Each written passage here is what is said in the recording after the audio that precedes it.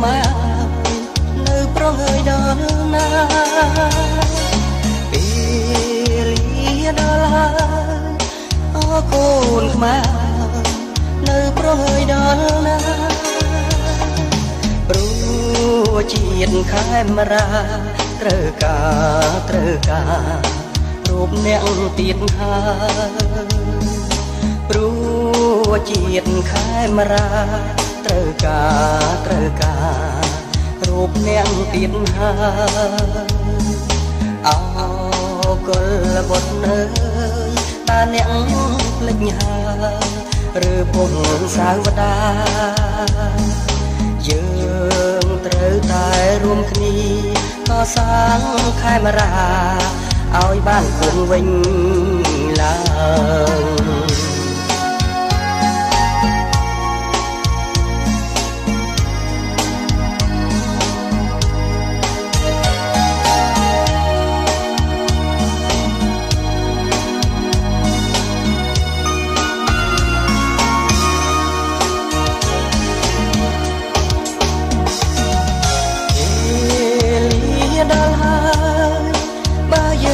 កនតាមិនដេចឡើយជាតិនឹងថ្កាពេលលាដល់ហើយបើយើងកនតាមិនដេចឡើយជាតិនឹងថ្កាសាវតាយើងរឹងរឿងអង្គកាងខានដោយជាតិយើងសាមគ្គីសា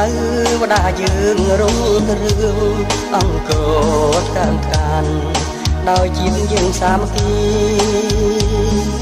កុំមើលបំណាំគ្នាយើងត្រូវ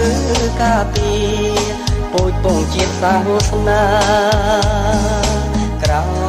កឡើងខេមរាចិត្តឆ្ងាយរួមគ្នាកសាងជាតិជាថ្មី